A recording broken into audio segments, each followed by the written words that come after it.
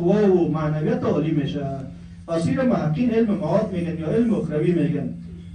و یک بخش دیگه علمی که هست علم معاش میگه. علم معاش چی است؟ علم معاش علم معیشت و زندگی را میگن. این یک جمله علوم است که در آخرت به درد ما نمیخوره، لیکن به خاطر پیشرفت امور و سر سامان دادن همین دنیای چند روزه ما شما این علم برای انسان ها چی است؟ مهم است.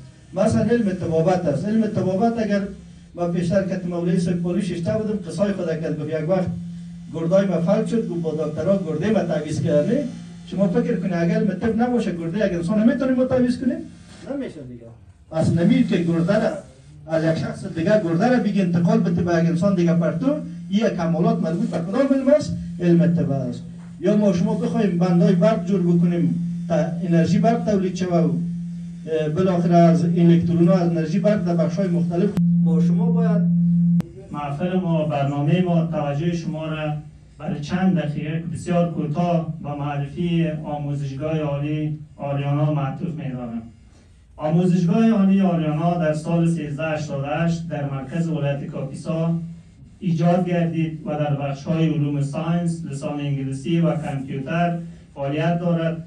قابل یادآوری است که این آموزشگاه ثبت و راجستر شده وزارت معارف بوده و تا اکنون بیشتر از 300 دانش آموز از بخش‌های مختلف از این آموزشگاه فارغ التحصیل گردیدند و مصدر خدمت به جامعه و خانواده‌های خود هستند.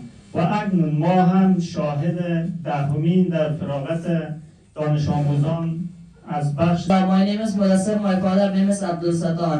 Hello everyone, how are you all today? Good to see so many people in my talk today. I am really pleased to be here in this beautiful afternoon to say something about subtitle.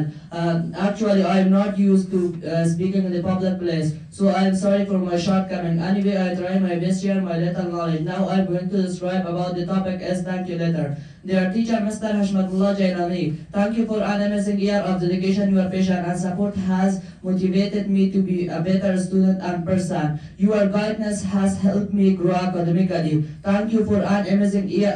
Thank you for your guide. الرحمن الرحیم. اسم مزمل ولد عبدالستار، محترم صنف دهم، شاگرد دانش آموز کورس آریانا. In the name of Allah. Muhammad Asghar, Varad Khordaga.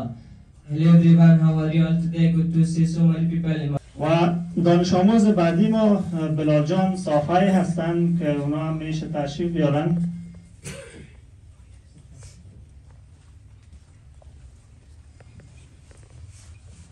Bismillahirrahmanirrahim. Ismi Mas Ahmad Bilal, Farzand Muhammad Shafiq.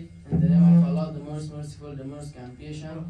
Hello everyone, how are you all today? Good to see so many. It's called by so many. Long look at country.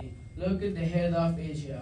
It has 34 provinces and once again from... it has 34 provinces and thanks for your mind.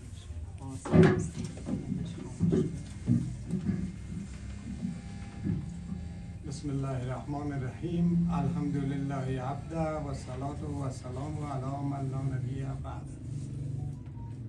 خدا ملتی را سروری داد که تقدیرش به دست خیش بنوشت. بدان ملت سر و کاری ندارد که دهقانش برای دیگران کشید. خداوند منان را سپاسگزار هستیم که انسان را اشرف مخلوقات آفرید و اسم معزز الرحمن فرزند نظیم. Hello everyone, how are you all today? Good to see so many people on my talk.